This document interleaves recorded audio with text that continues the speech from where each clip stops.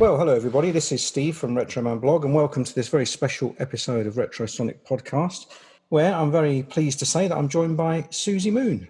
Hi, Suzi. Hi, Steve. I'm so happy to be linking up with you and chatting like this. I appreciate you having me on. Thank you. You're welcome. And obviously, the good thing is you're up in Scotland, so we don't have to worry about the time difference. Yeah, we lucked out in that way. How often is that going to happen? You know, exactly. Yeah, because I didn't know because you're from California, so I was a bit worried about arranging an interview with the time difference. I might have to get up a bit early in the morning. You know, I've done it. I've done interviews where there's a good 6 to 8 hour time difference. You know, but it's just it's a scheduling thing, and sometimes you make it work, and sometimes I'm up too early or it's too late for somebody else. Well, luckily there's no time difference between down here in the south and up there in Edinburgh. So you did have to get up a little bit early today. So I do apologise for that after your show last night. So you played in Edinburgh last night. So how did it go? Oh, it was great. I have played Bannerman's many times. It's one of my favorite clubs, and it's in the old town area in Edinburgh. So there's definitely some spooky kind of juju, you know, in the building. And they let us stay in the band flat above the club, which is always cool. Nobody's had any ghost experiences, which is good. But we had a great turnout and a lot of happy people. And I got to see some fans that have been supporting me for years throughout, you know, all the different projects that I've done. And that's one of my favorite parts of touring, is getting to see people again, you know, that you've seen over the years, you know, and catching up with them. And it means so much to me to have that continued support from people. My heart is just, oh my God, that's so cool. You know, thank you. Yeah, it must be great to meet all your fans face to face, you know. It is. I give a lot of hugs. I'm a huggy kind of chick. And just sharing that really good energy, you know, when it's during the show, you know, I like to connect with people, look in their eyes, grab their hands, you know. I want to make sure people know that I'm grateful for their appreciation of our music, you know, and that's really why we do this.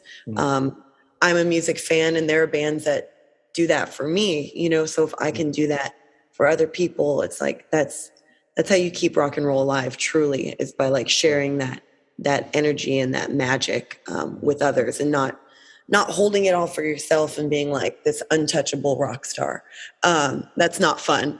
You know, I can't see that as being a very satisfying way to do it. It must have been so frustrating for you to go through that pandemic. And did you find that sort of to be a bit worried about getting back to your full-on live performances? Like I said, you're very huggy or very touchy-feely. Was it difficult to get back to that? Well, I certainly missed it. And then there was a moment before our first show back where I was nervous in a way I hadn't been since I was a teenager and started performing. It's like, oh my God, do I know what I'm doing? Like, can I do this? It was like relearning how to be comfortable on stage, you know, because it's one thing, and I love recording, and we spent a lot of time during the pandemic writing and recording, you know, which was a great outlet for me, but there is no comparison to a live show and a performance. So, I was so anxious and unsure if I still had it, you know, but it all comes back to you. And actually, I think it's been better because maybe just realizing like, hey, you don't know if you are going to have this all the time. So appreciate every chance you get to be out there with people and to do the thing that you love. So if anything, I'm actually pouring even more of myself into the shows because it's like this gratitude thing that I get to do this with my life. So you've been doing a tour around Europe. So you're at Edinburgh now, and then you're off to Rebellion Festival tomorrow? Rebellion tomorrow, yeah. So we play a pre-show tomorrow, like a little kickoff party, which is cool. And I love Blackpool. I just always have a really great time there. Rebellion is like a family reunion, you know, just seeing all my friends, all the different bands. Again, that awesome energy that just overtakes Blackpool, really. It's an exciting place to be. Yeah. And every time I get to play that festival, I'm really happy to do that. And it's the last show of the tour. Our festival day is the last show of the tour. So it's like bittersweet. You start a tour and it feels like, oh, this is going to be such a long tour. And then once you start playing, it's like, oh no, this tour is going to be over before I know it. And then you get a little sad, Yeah. Oh, well, you even named your tour, didn't you? Was it Under the Blackpool Sky? Or Under the Blackpool Sun, yeah. Yeah. Which is a lyric from our new single, Dumb and in Love. Yeah. Because it tells a story that started in Blackpool, and I thought what a great time, just it lined up really nicely that we were coming out here as the single was coming out, as those lyrics were going out into the world. And I always end up back in Blackpool. Just, I don't know. I just always end up there. So, Rebellion does a really good job of bringing in new bands, bringing in women in bands, but also they know that because the age group of people, it's vast. It's all ages of people that come to Rebellion. And the folks who run Rebellion, I think they do a really impressive job of keeping it interesting, old and new, and, all of that. And, so you might discover your new favorite band and then 2 hours later see the band that got you into punk rock in the first place, and that's really special.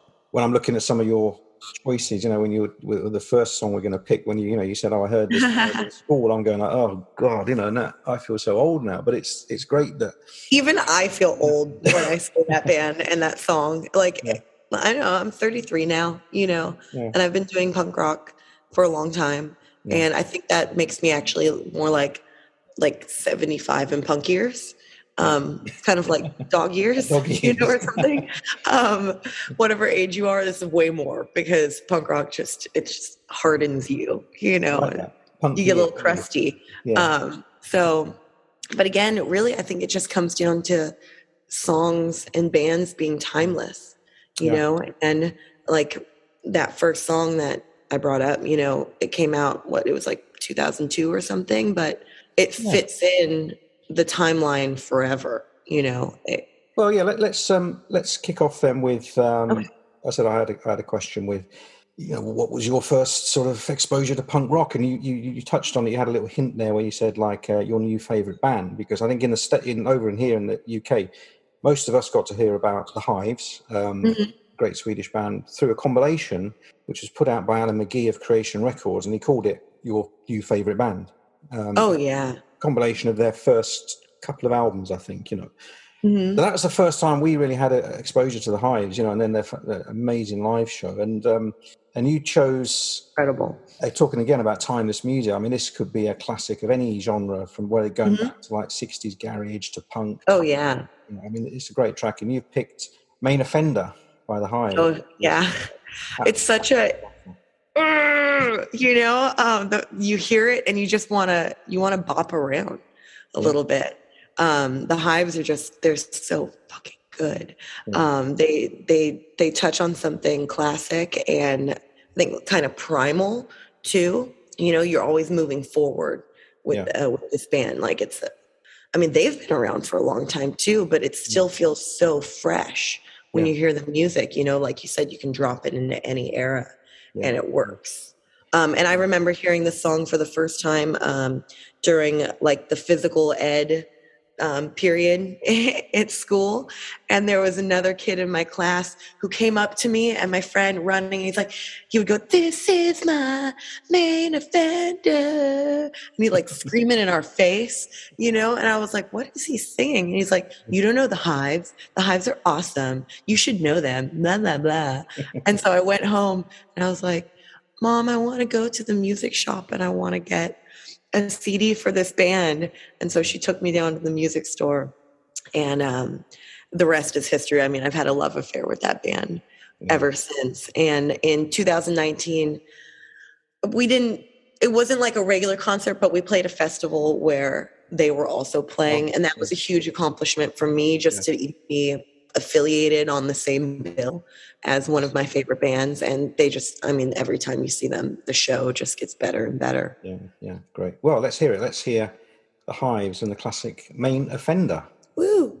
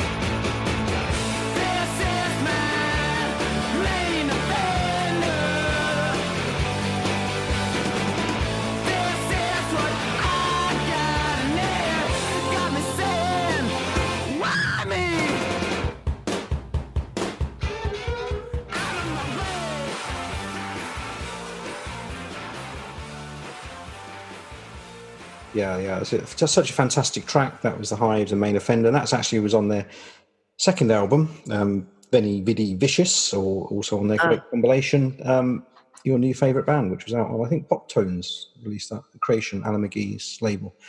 I would love to get my hands on that compilation. Yeah. And the Hives did that. Their marketing so smart. You know, they were just really like saying your new favorite band, or when you see them live, and Pele's just got this confidence, like, well, you know that we're the best band in the whole world.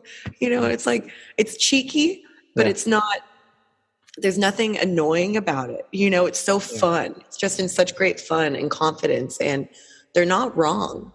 Yeah, so, you know, it'd be one thing if the band sucked, but they actually, they can get away with that. Yeah, you're right. They can, you know, and they were like a pretty much a real hardcore punk band at the beginning, you know, and then they sort of just came back out with this great image and look, and they'd obviously had to think about how they were going to present themselves, and you know, it works. And what an amazing live band, you know. And I remember seeing them in London.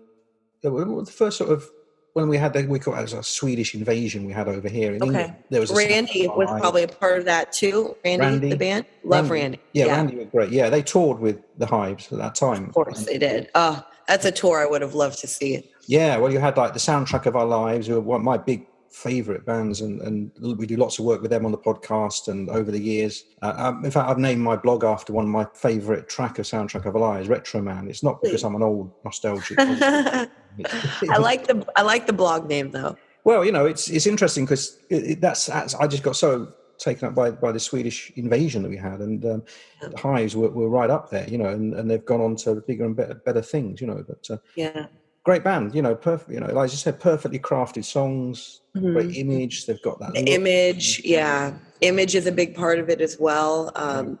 You just, when a band they check all the boxes, you know, and they come out swinging, ready to fight, you know, and it's this very clear vision.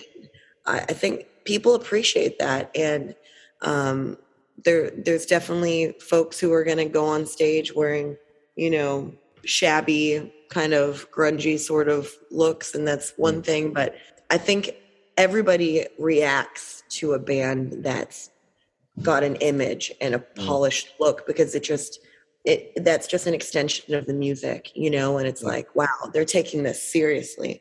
So I should take them seriously. Yeah, that's a good point, you know. From then on, so you discovered the Hive. So then did you go on I mean, like a lot of music fans, a good thing about a new band is that you pick out things and their references. So for me, it was like the Clash, and they were playing reggae, and they were talking about this, or the Sex Pistols were playing like Iggy Pop and the Stooges covers or Small Faces. So then you sort of go back and you go on a wonderful... It took me a bit longer to start diving in that way, because again, I was 12, 13 years old in the early 2000s, and pop punk was huge at that time. And it was all around me. You know, I grew up going to Warped Tour every summer. Good Charlotte was one of my favorite bands. You know, that's like one of those gateway drug bands, you know. Simple Plan, Sum 41, like really pop punk stuff. And I mean, I loved it because the songs are so catchy, you know, and I'm a songwriter. So I don't really care if people are like, oh, that's not really punk rock. And it's like, well, it's not about whether it's punk rock or not. It's that these songs are incredibly catchy. And there's that template, that formula, like it resonates with me. You know, I'm interested in that. And so I was listening to that stuff as well as like the pop music that was on the radio. But I have an older sister. I was really lucky to have an older sister who was into punk rock. So while I was listening to what all the kids my age were listening to, you know, which is like the pop punk that was on the radio and stuff, at the same time, I have an older sister who's got a band, and she's got the Cramps. She's got the Donnas, you know, she's got US Bombs. She's got all of these great bands, and she's trying to show me, you know, like the next step, you know, and her boyfriend would like make me a mixtape CD with, you know, kind of the more classic punk stuff. And so I was just listening to things and figuring out, well, what connects to me, you know? And so Elvis Costello was one of those artists that I listened to for the first time when I was about 16 years old, you know, and I didn't know what era he was from, or, you know, any story. I wasn't really reading any books on punk rock at that point or anything, you know, just kind of going around doing my thing. I'm in high school, you know, but I loved the music of Elvis Costello right away the first time that I heard it. Yeah, so you've gone for an interesting track. You know, this is No Action, which is the opening song on this year's Model, which is a track. So should we hear that? And I have a reason for No Action being my song choice. And that's because one of those pop punk bands that I loved, that I heard before I heard Elvis Costello, is a band called Sugar Cult, who are from Santa Barbara, California. And they released like 3 great albums on pretty major labels. And they were a band that I saw every chance that I got. And the lead singer from Sugar Cult was obsessed with Elvis Costello. And Sugar Cult did a cover of No Action. And that, I didn't know it was an Elvis Costello song at first. And then later my sister was like, oh, dude, that's an Elvis Costello song, you know? Here's the original version.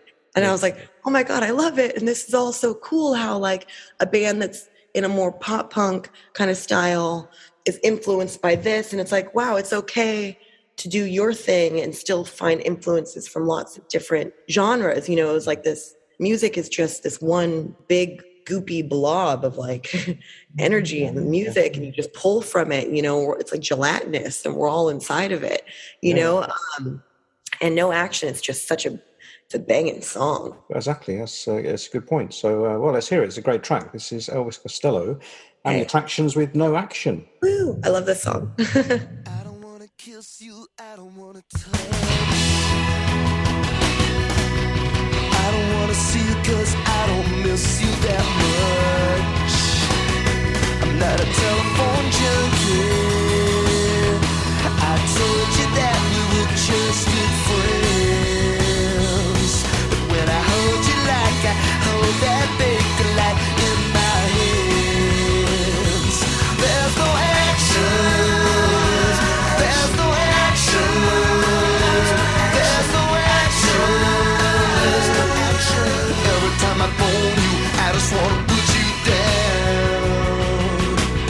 She's got the keys to the garden, all the keys to the kingdom. She's got everything you need, it's a shame that he didn't bring them. I'm not a telephone junkie. If I'm uncertain, my God, I'm doing just fine. And the things in my head start hurting my mind. And I think about the way things used to be. Knowing you were famous, driving me crazy. Sometimes I phone you and I know you're not lonely, but I always disconnected in time. There's no action. There's no action. There's no action. There's no action. Every time I phone you, I just wanna put you. Every time I phone you, I just wanna put you. Every time I phone you, I just wanna put you down. There's no action. There's no action. There's no action.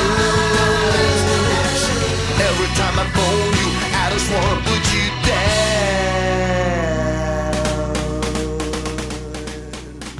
I think everybody that gets into punk is going to come around to, at some point, is Iggy Pop and the Stooges. And I mean, all roads lead to Iggy Pop, really, don't they? No matter where you come from, what you do. Everyone from any generation, my generation, before your generation, I mean, it all leads back to the Stooges, really, I think, doesn't it? You know, and isn't that magical? It's so cool. Yeah. So definitely earned his title of Godfather of Punk. Well, it just goes to show you that people respect that tenacity and the longevity of an artist. You know, somebody like Iggy Pop, I'm sure when he was 17 years old, wasn't getting much respect from anybody, you know, but he stuck with his vision and stayed true to himself all of these years. And that is such an inspiration to all sorts of people. And really, you can't deny how great the music is. You know, there's something about that music that just, it hits you in your soul. Yeah. And Iggy had this very authentic, true way of just speaking about himself and the world around him in a way that it's easy to relate to. And there's something very just primal about the beats to it. And so, I mean, Be Your Dog obviously is a classic. And when I was 16, I was on a label called Disaster Records with my first band. And they were a subsidiary of Bomp, which had so many great artists, you know, and we got to go to the warehouse when we signed the record contract. And Patrick, who owned Bomp, took us for a little tour of the warehouse. And he goes, you can go ahead and pick out, you know, a couple CDs that you want to take home from our catalog. And, you know, I'm 16 years old and I'm in this record warehouse just like, whoa, this is so cool. You know, I'm going to discover some new great music today. And I saw the picture of Iggy. It was like a compilation or some live recording, you know, Year of the Iguana, I think is what it was called. Yeah. And you see that picture of him on the front. Yeah. And immediately I was like, I got to know who this is, you know, because I had never heard any of Iggy's music before that. But I take this CD home and I was just like, oh, this is my kind of thing. Yeah. Well, it's a good choice again. This is another classic track. This is Iggy and the Stooges from the debut album, I Want to Be Your Dog.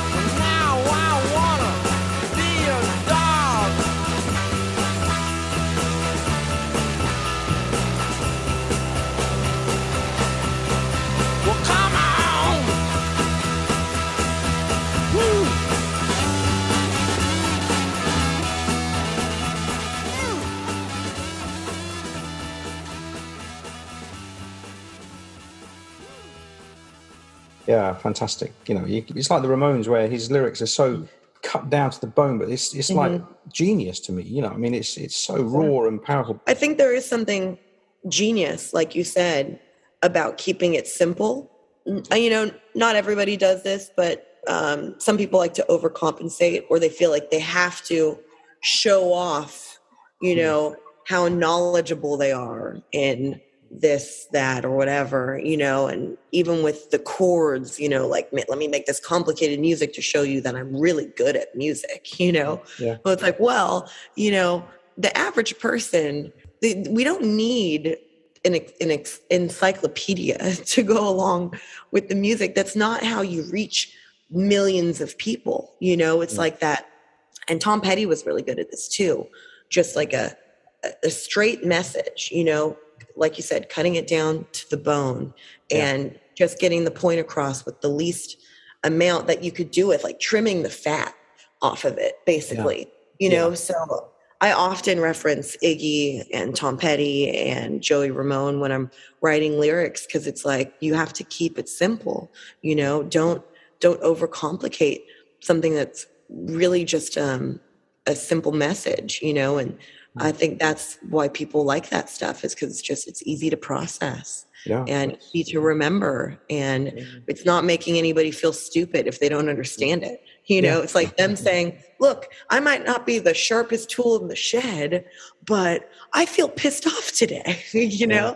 And it's like, thank you. I felt that same exact thing. And those are the perfect words, you know? You're right. So there is something genius about that. And then you picked Johnny Thunders, the Heartbreakers.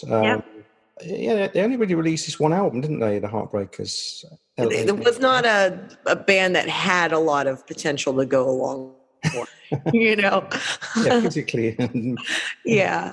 I love this track, though. I love how it builds throughout the song, you know, and it's just got that classic swagger thing. And that's kind of like how the lyrics for Be Your Dog are so simple, you know, in the same way when the music is just simple and you can just kind of move with it and, you know, go along with it. I think that there's something really special about that. And this song perfectly embodies, you know, the New York kind of energy. It's very sleazy. It's very sexy. And so, this is a favorite of mine for sure. Yeah. And you've gone for Pirate Love. This is the Heartbreakers. Pirate Love from LAMF. Let's hear it.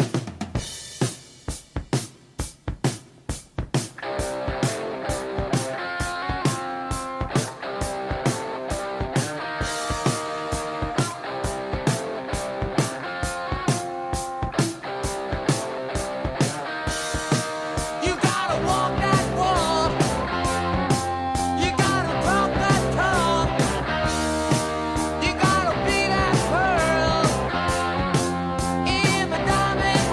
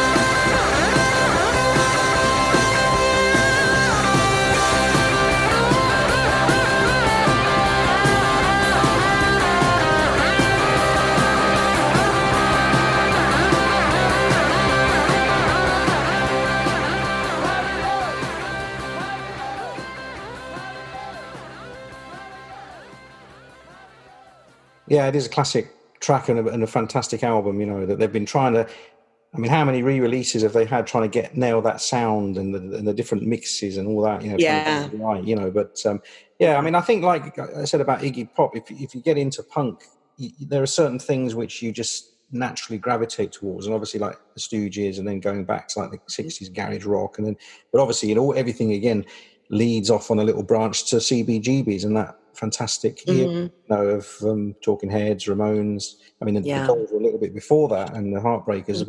Everything leads back to that sort of wonderful scene around CBGBs. So I think that's a great pick, you know. Yeah, and you know, if you read the books and you do your homework, you know, all of those bands were struggling really, really hard financially. They were living in shitty flats. You know, they were scraping together money for beans, and they were all drug addicts. You know, it wasn't like a beautiful time for people other than like Blondie, who they were lucky to have someone as gorgeous and marketable as Debbie Harry to kind of help propel them forward, you know, into another league early. Yeah, but they were still living in a scuzzy loft apartment, weren't they? You know, and for so long. But you're right. Yeah, those bands weren't, you know, like I think a lot of bands today, and you know, they kind of measure their success on the right now.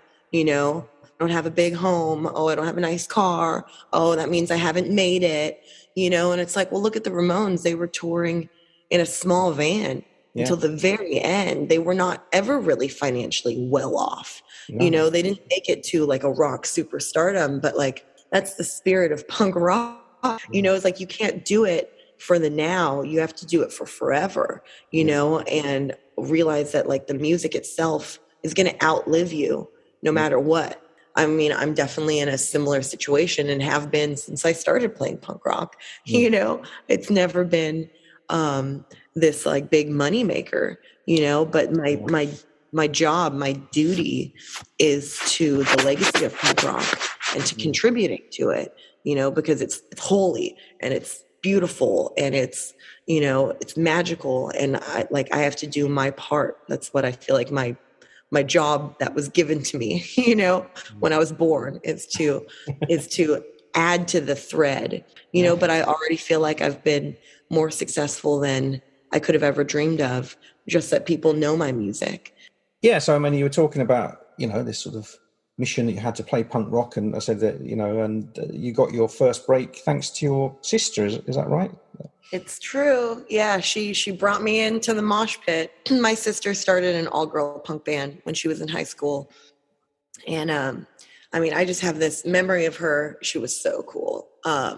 She would wear these vintage formal gowns to school and layer on rhinestone necklaces. She had a 1964 pink T-Bird with suicide doors that she would drive to school, and just big goth hair, big goth makeup, like very cool look, you know. And I was still listening to a lot of pop punk, and I was on the cheerleading team in my middle school. And she's like, no, you got to come to some shows with me. So she would drag me out to backyard parties and DIY shows and literally push me into the mosh pit.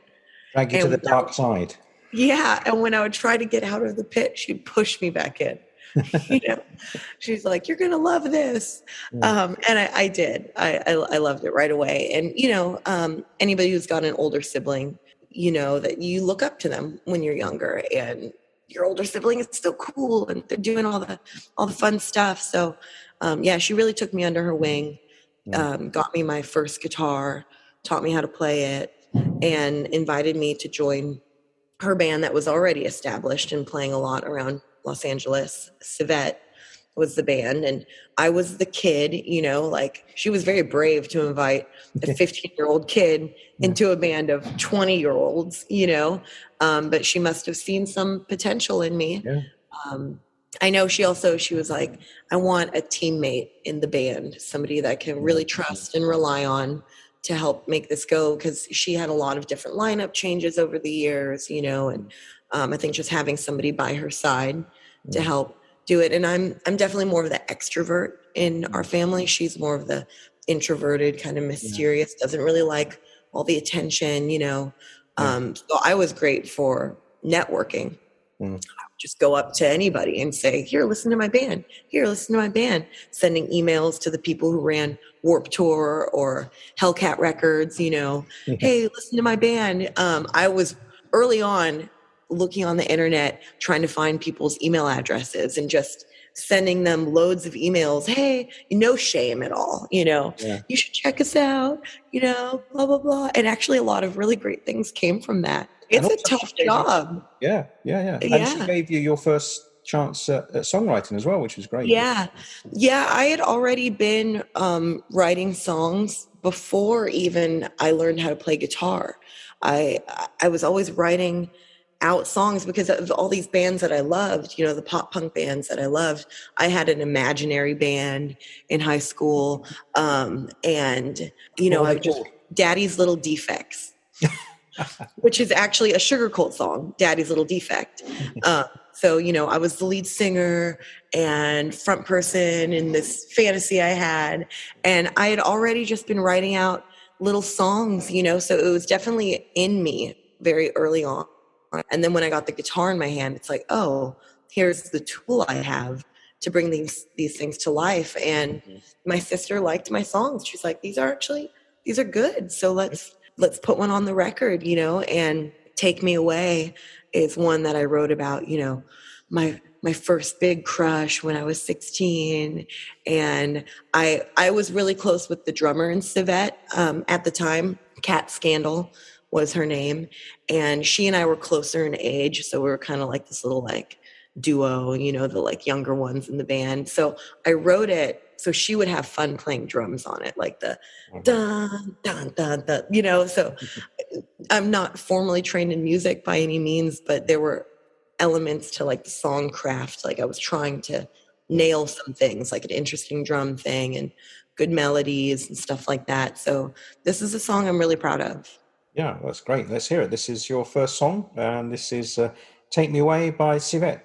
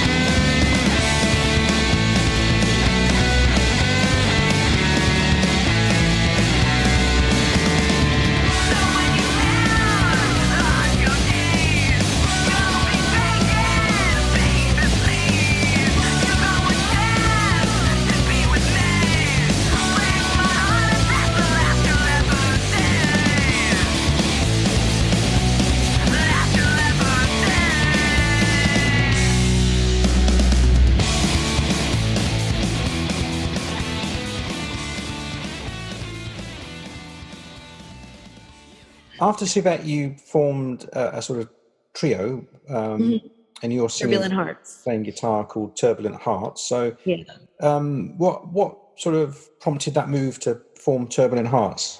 Yeah, well, I think all things in life are driven by love. At the very, like how music, all punk rock goes back to Iggy, all songs go back to love in some sense. I had taken a break from Civet because, between the time I was 15 to 22, we were on the road constantly. I didn't graduate high school like any of my friends. I took a test and I got out early. I didn't do like normal high school types of things. And I felt really ungrounded after like the last Civet tour in 2011, where I just felt kind of lost and confused about my place in the world. Like, okay, well, rock and roll is great, but like what else is there to me? Like, what kind of person am I? Real life is not touring and backstage all the time. I really needed to take some time off and just get an apartment, stop music. I went to college for a little while. I just didn't even do anything musical for about 2.5 years. And I blossomed, like I grew so much. I really just needed to be a normal person and see if I had any other skills to offer the world, And so in college, I took filmmaking courses and I realized that I love editing and I actually wanted to start making music videos. And there was, some guy I had a crush on who had a really cool band.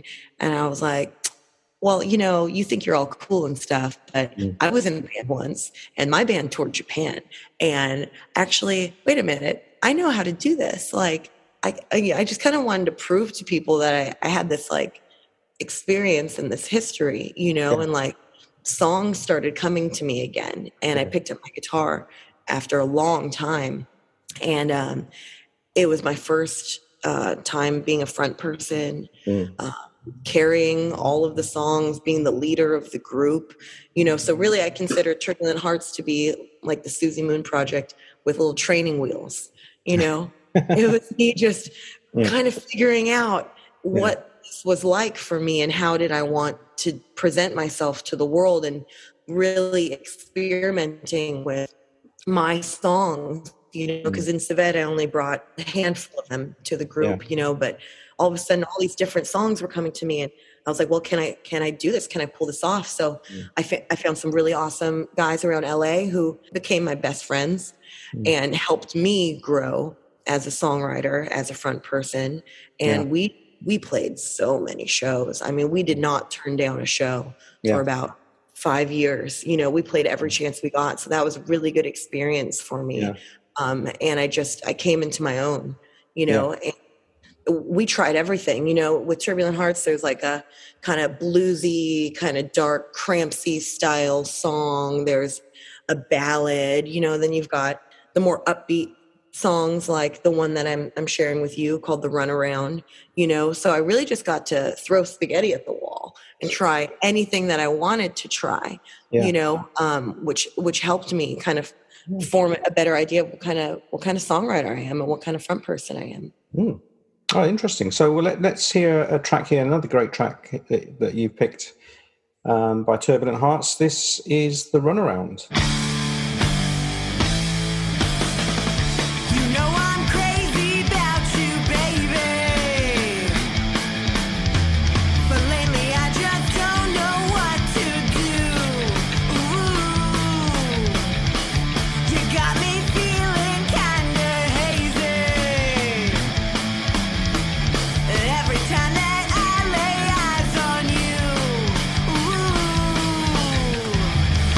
What's a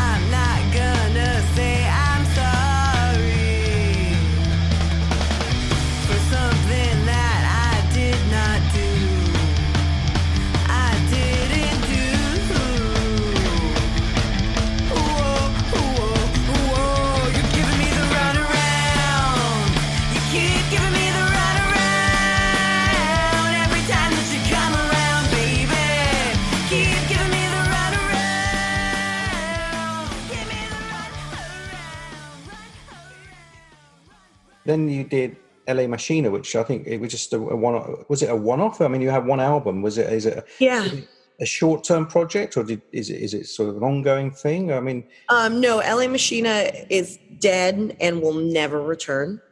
It was a 1-year kind of COVID experiment, we could say. Kept us all busy during that time. And there are less pretty ways I could describe how things went, but I'll just leave it to the universe had other plans for me and for everybody involved in that project. But I'm really grateful that I had an opportunity to cleanse my palette post Turbulent Hearts before going into the Suzi Moon solo. It was really nice to step away from being the front person like I was in Turbulent Hearts and join a project where every member, because there were only 3 of us, kind of was a front person in their own way, but we acted very much as a group, and I played bass for LA Machina, which I never played bass in a band before. I wasn't singing the lead vocals on any of the tracks that got recorded. So it was really nice to just not be the front and center person for a while, and just join this group. That was a really big growth moment for me as well, because Michelle Balderrama and Ricky Styx, they're both great songwriters and incredible musicians, So I'm coming into a project and going, okay, now I'm learning from you guys, and we're doing something different together. I'm learning Michelle's songs, something I haven't done for a long time because I had been writing my own tunes for Turbulent Hearts, and just learning to work with different people and not being the person running the show, I was a part of it, so it was really an interesting moment. And for me, I mean, I was like the creative director of the band. So the cover of the album, that was my concept. And I brought in the photographer and directed the photo shoots and the art layout and all that stuff and music videos and stuff like that. And that's just something I love to do anyway, so it's hard to put me in any project and me not take over the creative director role because I've got a very strong vision. But everybody had their skills that they brought to LA Machina. And it was a really, really fun time for me to, do something different. Great. Well, let's hear a track by them. You've picked Go. So this is LA Machina from the one and only album. And here it is. This is Go. Go.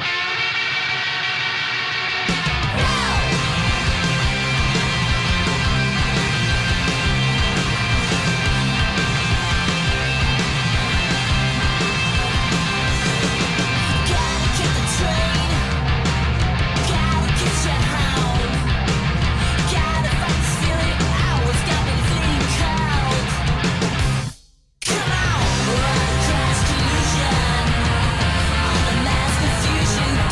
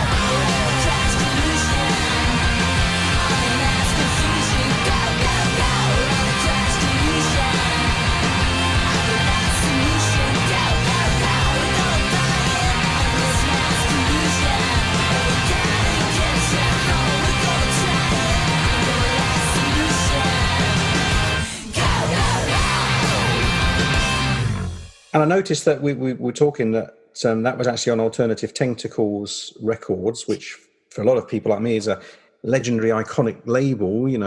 Going back to, say, when I was a kid, the first exposure I had to like a lot of that American hardcore was on the Alternative Tentacles compilation, Let Them Eat Jelly Beans. Oh yeah. So I'm a contemporary. You did a great job of exposing new bands to people. Yeah, of course, and it was all very.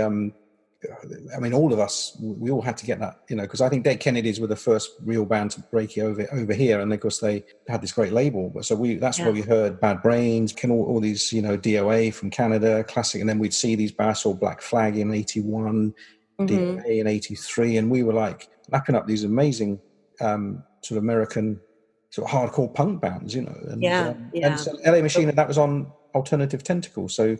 It was. What an honor to be affiliated with that label. And, I know that Jello is a controversial person, but you can't say that he didn't do anything for punk rock, because his label and putting all those bands out and the compilations and exposing new bands to people, that is a great service to the greater good of punk rock, and while people might not always agree with him, that I think is a very selfless act. To continue to release music and expose people to bands that they haven't heard before. Yeah, definitely. Well, I asked you to pick your favorite Alternative Tentacles band or song, and you've gone for something even more extreme. I didn't even know about this one. This was on their, I think probably their second compilation, which was even more obscure than the Let Them Eat Jelly Beans, because the Jelly Beans, you had bands that you would recognise, but this compilation was not so quiet on the Western Front. I think it was in '82. Which was really obscure. It was like a nugget. It was like a real nugget version. So I have an interesting story about this. And it for me, it confirms that punk rock and I were always going to be together. So I've chosen Nazi Bitch and the Jews, the song Dead Porker. And so it was very full circle for me to end up on Alternative Tentacles at some point, because my mom grew up in the San Francisco area. That's where she's from. And when she was 16 years old and she was being a bad teenager, she got sent to juvenile hall, and met a girl in there named Annelle Zingarelli. And Annelle and my mom became best friends, attached at the hip, just terrifying duo, just bad girls on the run, And so Annelle, she cut all her hair off. She started hanging out with the punk rock scene, and she started a band called Nazi Bitch and the Jews. Okay, so this is my mom's best friend in the whole wide world. And the only recording that's released is this song, Dead Porker, on Alternative Tentacles. Jello himself was a huge fan of this band.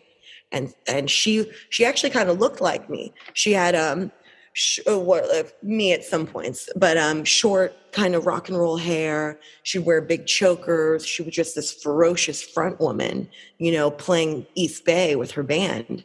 She was very young. She was about 19 or 20 years old when all of this was happening.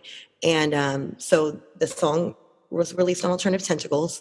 They had plans to do a full-length album, and then she sadly died of a heroin overdose when she was about 21 years old, and that it really hurt my mom that she lost her best friend at such a young age, and all these years later, for me to release with AT, knowing that my mom and her friend were part of that scene, in the early 80s, was just really special for me, so Nazi Bitch and the Jews, that was Annelle's band.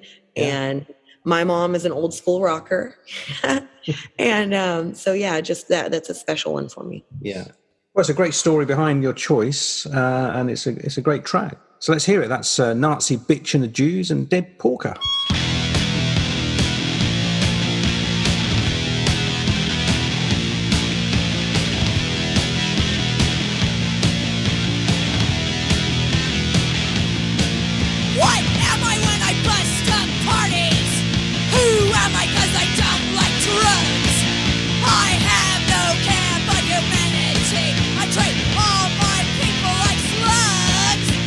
I got a badge, I got a gun.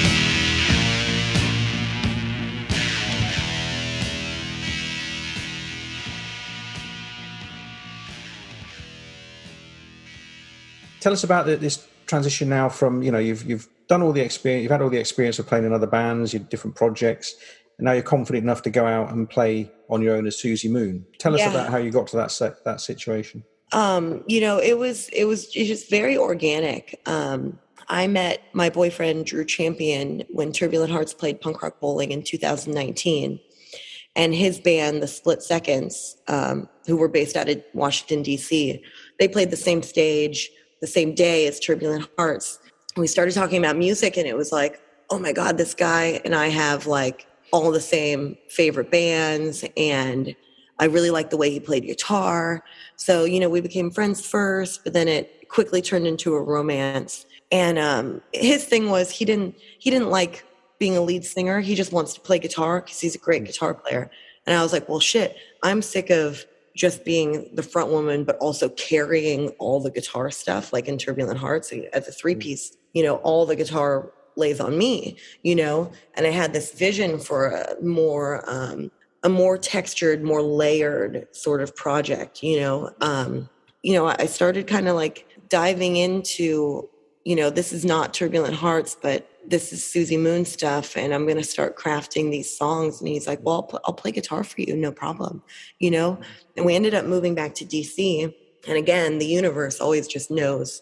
It's like so many steps ahead of me, right? So when I get out to DC, which was pretty terrifying to leave Los Angeles because it's the only place I'd ever lived in my whole life, and a lot of people go to LA to make it in their career, and leaving was pretty scary for me because I thought, oh, everyone's going to forget about me and I'm going to die. I'm going to not exist anymore. My career will be over, but actually I reconnected with a friend of mine from the first Savette tour ever that I did when I was 16. His name's Patty Bowe, and he used to be in a band called River City Rebels. He lives in New Jersey now, and he was like, hey, do you need someone to play in your band? I heard that you and Drew are starting a new project, And I was like, dude, it would be an honor for you to be in my band, So now we got 3 people, And I'm like, okay, this might actually be coming something, And then Drew was like, well, my drummer for Split Seconds, Sean, he wants to play again. So like, let's see if he wants to play drums. And it was like, all of a sudden I had like a band again, And they were like, really, really, really, really good. All of them just fucking masters of their own class, And the first time we ever jammed together, it just felt so right. And so the Suzi Moon Band, as much of it is, solo Suzi, like at its core, we're a band, we operate as a band, and I am so thankful to those guys. But just Suzi Moon is just so catchy and easy to remember. And I'm a very marketable person. So it made more sense to just put me out front like that. And for years I had people saying, you should just go solo. It was a really scary step for me to take. But I had this collection of songs like Special Place in Hell and I'm Not a Man and Nothing to Me, and I had actually started recording those while I was still in Los Angeles. They were going to be LA Machina songs, actually. Those were going to be my contribution to LA Machina. But because that band fell apart and Pirates Press Records was like, well, we like those songs, and would you like to put out an EP with us? And I was like, oh, shit, this is happening. Okay. It just kind of, the train started moving. There was no time to jump off, no matter how terrified I was, So it was a lot of me just going for it. Fantastic. Well, I mean, you've released, we'll get on to your latest record, but some great sort of 12-inch, especially the graphics are fantastic. The image, they look amazing as 12-inch vinyl records, and you've done the 2 EPs, colored vinyl, brilliantly packaged. They look amazing, and they obviously sound great as well. So let's pick the first single. You've gone for your this is a great track. This is Special Place in Hell, which is actually a love song, believe it or not.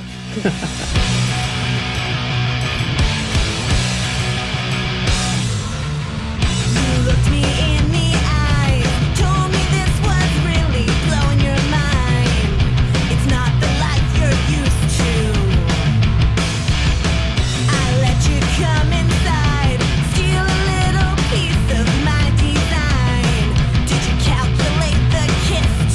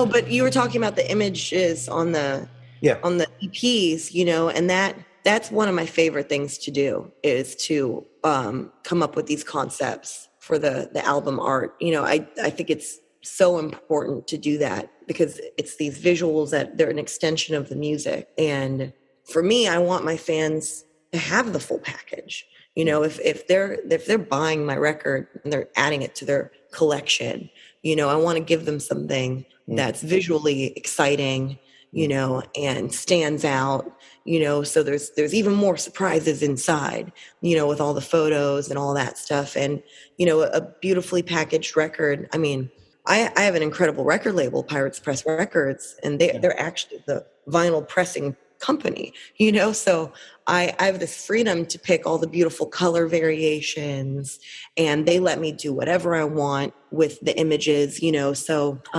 depending on where I am in life at any given time, you know, during the Call the Shots era, I was really feeling like the love child of Stiv Bators and Betty Page. You know, I was like, let's make like this dirty bondage thing, you know, because that's something that the Cramps pulled off so well. Is like sexy without being like trashy about it, you know? Yeah. And I don't think there's anything wrong with owning sexiness in punk rock. And in the last few years, I think people have kind of shied away from being sexy because they're afraid they're going to insult somebody or trigger somebody, you know? Yeah. I'm proud of my body. I love making myself look good and feel good. And that is just something that like I really believe in, you know, it's just being true to myself. And so if I'm going to be on the cover of an album, I'm going to make damn sure that I look fucking hot, you know? So that shit's going to outlive me, you know? And so I'm really proud of what we were able to create for that stuff because it captures where I was at the moment, you know, and I think they tie into the songs very well. And it gives the fans a little something extra. Yeah, well, they're visually fantastic, you know, and there is UK distribution, and obviously I'll do a link in the corresponding feature at retromanblog.com with links where you can buy all these fantastic records that do look as good as they sound. And awesome. It's great news for UK-based and European-based people. There is distribution over here. And then your second EP, again, visually is fantastic. Definitely inspired by Michael Jackson on that one. I was like, let's go Thriller. Yeah. Like Thriller, but make it punk rock. Yeah, you know? Yeah. We picked this is a fantastic track as well, which we played in a previous episode of the Retrosonic podcast. This is Gold Record Autograph.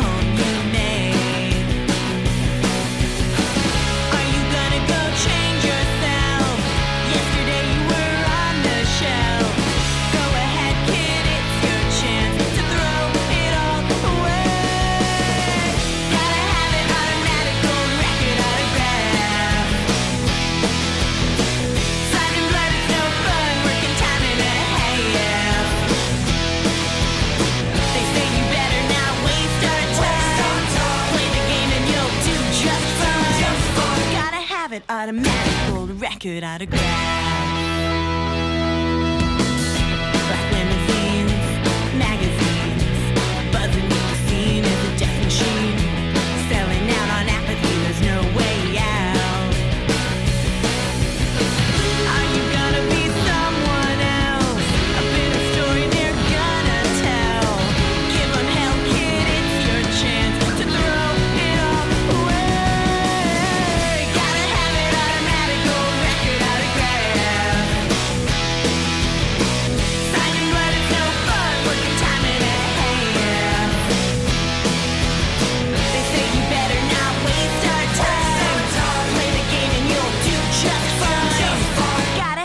Automatic gold record autograph. Let's go!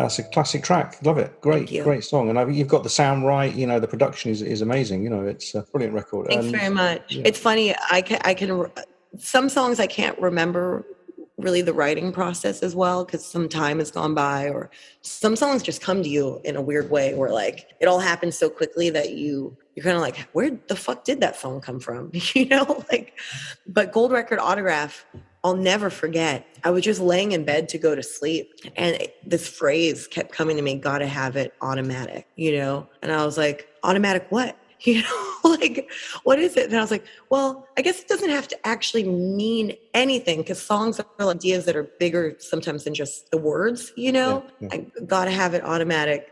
Gold Record Autograph. Like, I don't really know what that fucking means, you know, but it rhymed really well.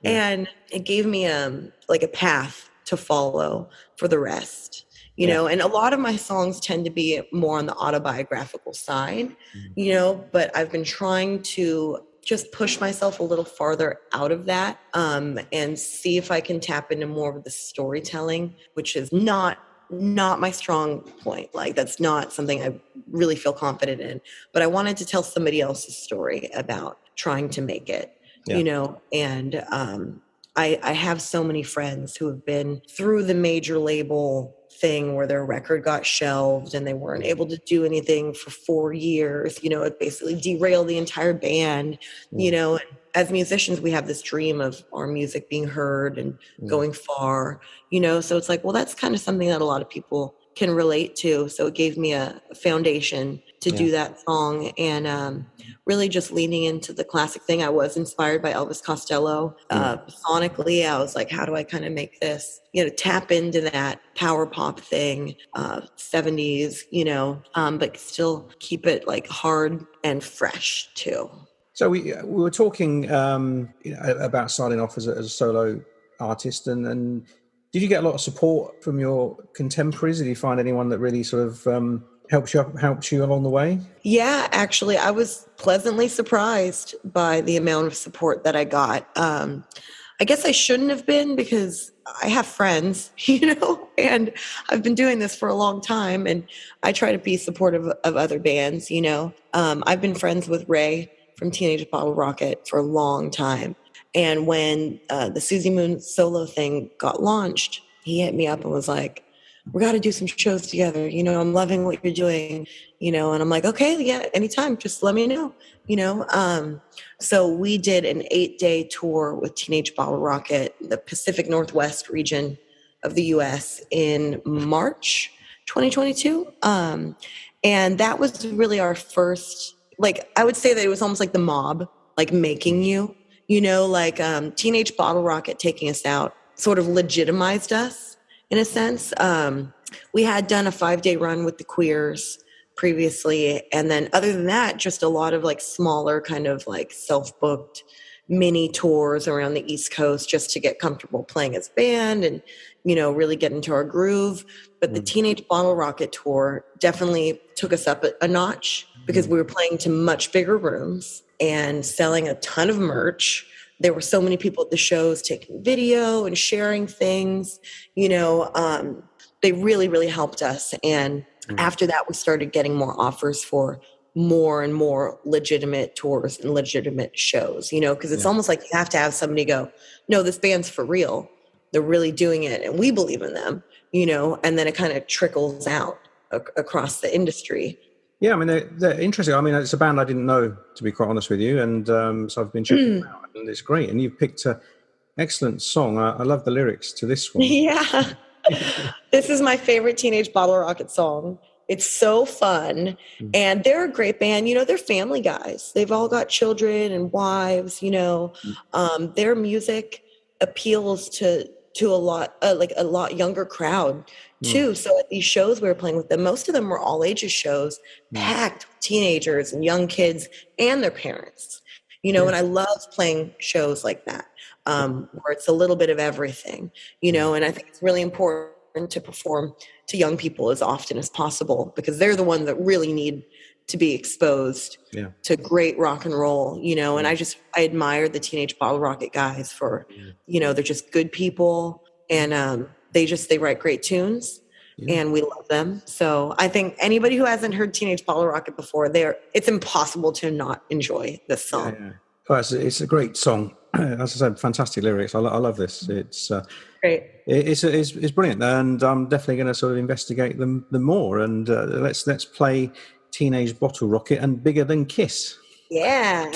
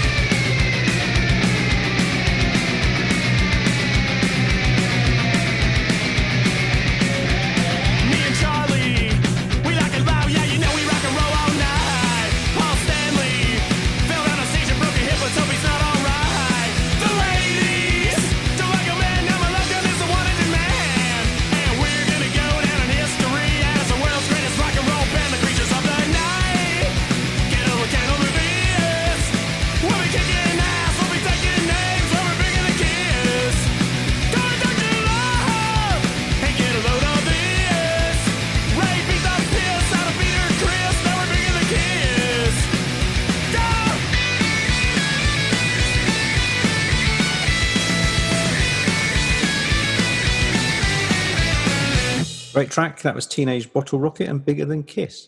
Talking again about the support that you're getting from bands and when you're touring, and I asked you sort of any sort of interesting bands that friends you've made along the way on your tours over in the UK and Europe and or worldwide generally, Yeah. And you picked a couple like Anti-Queens and Healthy Junkies. I think Anti-Queen, Canadian band, Healthy Junkies. They are. I know they're from London. And then tell us about you picked one band in particular you'd like to talk about. Minotaure, yeah, and their song "The Hour." So Minotaure, there would be no Suzi Moon band without Minotaure, because the lead singer of the band, Tommy Keeling, is one of my best friends in the world and is based in Nottingham. Okay, and I met Tommy for the first time in 2017 when Turbulent Hearts came over to the UK to do our first little tour over here.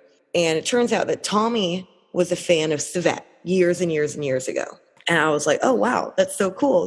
We just hit it off right away. Like, when you meet somebody and you're like, where have you been all my life? You are my best friend. Just something magical happens, And Tommy just believes in me in such a way that, like, a true friendship. Oh, man, there were times with Turbulent Hearts when I was ready to throw it all away. And Tommy is one person who pushed me constantly. And I needed that, in the period of Turbulent Hearts towards the end, around 2017 to 2019, was really hard for me because my original members had left to go do different things in life. I was playing with new fill-in people that, while I appreciate that they showed up to help me get the shows across, I felt very alone in the band, because they weren't my buddies. Like we weren't super tight. We didn't have this emotional connection of writing the songs together, So when 2018 came around and I had an opportunity to come back to the UK with Turbulent Hearts and I had no band, I called Tommy crying. Tommy, I don't know if I can do this. Like, I'm so fucking sad. I got nobody on my team but you, really. And Tommy's like, I'm going to find you a drummer over here so you don't have to pay for a flight. I'm going to play bass for Turbulent Hearts. We're going to do the tour. So Tommy came in and helped me sort everything out for this tour and played bass And we had so much fun. Like the first time I had fun playing music again for like a good 2 years. Like Tommy injected all this really fucking positive energy into the project and picked me up, you know, and said, no, you're doing this. And I don't think I could have seen a future for myself in music if it wasn't for my friendship, you know, that friendship giving me confidence when I had none, you know? And so Tommy is a part of the family and is definitely a member of Turbulent Hearts at this point. If that band were ever to come back and do anything, Tommy would be in the band, you know? And Tommy has his own band that's amazing. And they recently signed to Grunge Pop Records, which is a label that's run by friends of mine, Pin and Isis from a band Barbed Wire Dolls, you know? So it's really awesome for me to see Tommy's band getting exposure and getting ahead, you know, because I can't think of anybody that deserves it more, you know, because Tommy's very involved in the Nottingham punk rock scene, always helping bands out with sorting gear. You need merch shipped to my house. What do you need? You need a place to stay. I will help you out doing graphics. Like, this is a person that is so important to punk rock with the amount of love and joy and giving. As well, Tommy is a transgendered male, female to male, and used to be in an all-girl punk band called the Tommies. And they were big fans of Civet, you know? So just to see my friend go on this journey and really blossom as himself, I have nothing but love. And I think that there are people out there that are going to enjoy this track. Yeah, well, let's hear it. Let's hear Minatori and The Hour.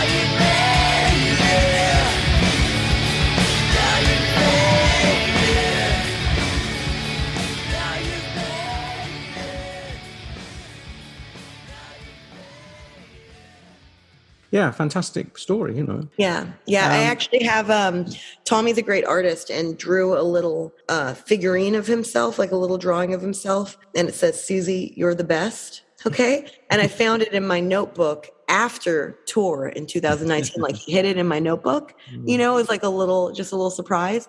So I cut it out and I've taped it onto my pink Stratocaster. Yeah. It's the only sticker on my Stratocaster. It's the only thing on my Stratocaster, because I know if I'm feeling particularly rough or like I don't have it in me, I look at that little fucking sticker and at least Tommy believes in me, you know, so I fucking do it for Tommy, you know.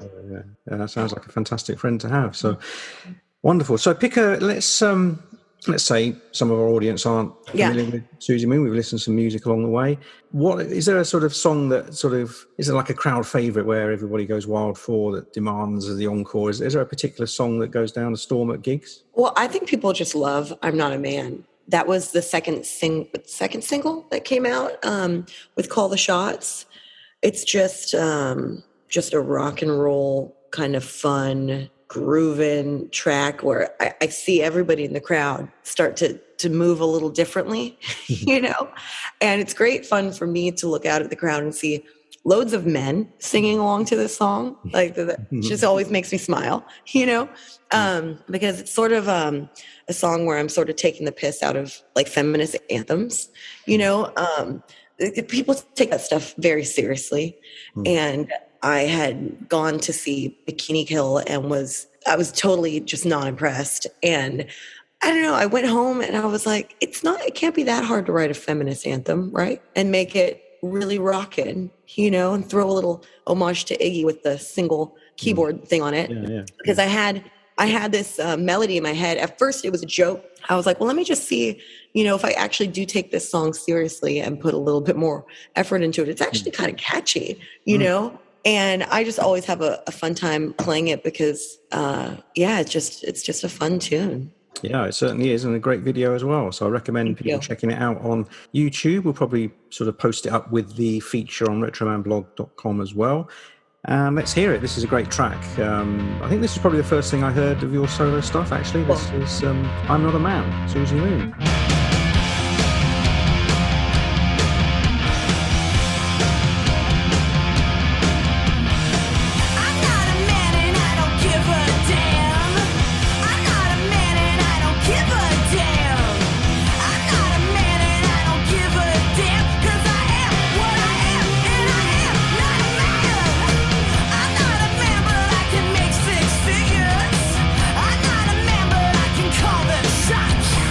I'm not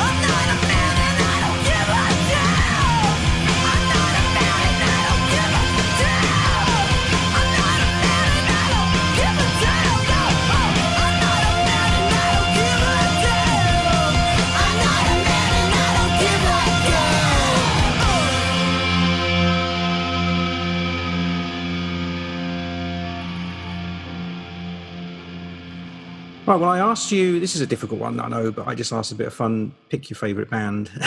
Yeah. And I love so many bands. Yeah, I know, but it's one of those classic things when you get, as a music fan on Facebook or whatever, you get like, pick your 10 favourite albums, and it changes all the time. But I put you on the spot, and you picked Against Me. Yeah. Who, coincidentally, I did a great podcast with Inge Johansson. Oh, Inge! Who is a great chat. And again, please check out Retro. He's just the best. I know. Yeah, we had a great chat. Again, similar like this about his music, and he's a lovely guy. And again, that goes back to going all the way back to the Hives and that, because I saw National Noise Conspiracy supporting the Hives. Yeah, on their one of their first UK tours. Wow. I love that band so much. So it's great to talk to Inge, who's got a great band called Guard to Plan, who are worth checking out. So check out that podcast, everybody. Yeah, he's a great guy. And he played bass in Against Me. So you've picked a track. I sort of nailed you down, and you've gone for Against Me and 1203. Yeah, I picked this song because it's the one that I turn on when I get to the airport. Usually when I'm going to fly, I like to put on a little music to kind of just get myself in the zone. And the way that this song just kicks off, and the interesting phrasing that Lord Jane Grace has, I'm really just, it's so unique. She has a way with lyrics and crafting a song. I just love to sing along with this one. And Inge did play bass on the record that this track is from, Shapeshift with Me. Yeah. So it's a banger, it was one of the singles, but it's a song that every time I hear it, I'm always going back to it, Yeah. Well, it's a great track. And this one is for Inge. And this is for Inge. Against Me in 1203.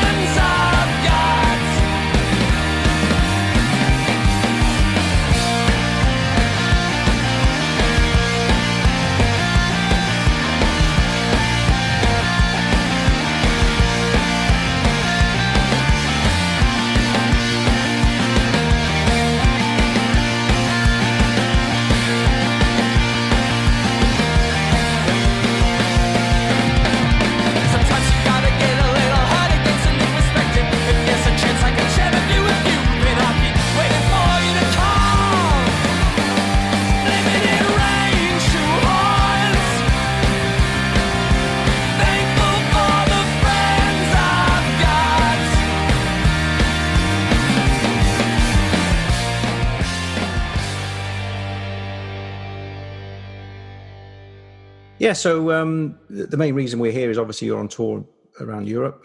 Probably a little bit late to plug a lot of your shows because most of it's finished now. But the most important thing is why we've got you here is your new full-length album is coming out later in the year on Pirates Press Records. And finally, it's Dumb and in Love, and we're really looking forward to this. Again, great cover art, looks amazing.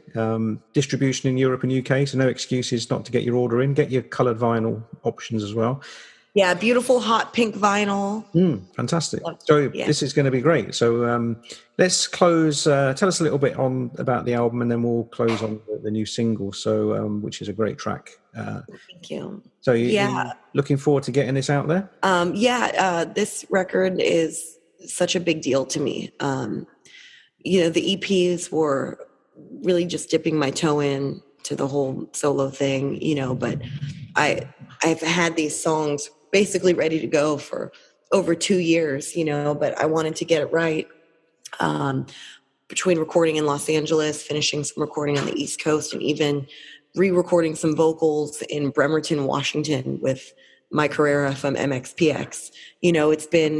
It's been a journey with this record, and every band wants to get a full length out, So I'm really proud of it. It's a collection that really every song complements each other, and it tells a little story. It starts off with Dumb and in Love, where I'm at a very low point and feeling broken, and mad about love, to kind of making peace with that midway through and getting over the hump, and being ready to love again, basically. And the end of the record, there's a song called Believe in Love. So you go from being very mad at love to very optimistic again, because every time you fall in love, even if it doesn't pan out or it's not a long-term thing, every time you do it, it takes you to the next step, and I'm saying this is why I believe in love, is because it knocks me down, but I get back up, and all of those relationships are meaningful, so this record, it talks about love, family, heartbreak, my love affair with California, there's a lot of variation in the styles, but it's very cohesive as well. And it's just 100% authentically me. So I'm really proud for people to hear a little bit more. There's a bit more meat to it than the EPs where you're only just getting a taste. This is a complete collection, and I cannot wait for people to listen. Well, I'm looking forward to it. And, I've got to say, it's been really great fun talking to you, Suzi. I could talk all day. I know, Steve, you rule. We've had to miss out lots of song choices, but we'd, maybe we'll come back and do another one, when the album's out. Or for the next album or whatever. Yeah, and I hope you get to play down south in London and Midlands. We're working on it. Hopefully we'll keep us informed, and obviously we'll absolutely will. We'll plug the tour dates, and we look forward to seeing you down here, and have a great time at Rebellion. I'm sure you will. Thank you. Yeah, I'm looking forward to that. Always have a good time at Rebellion.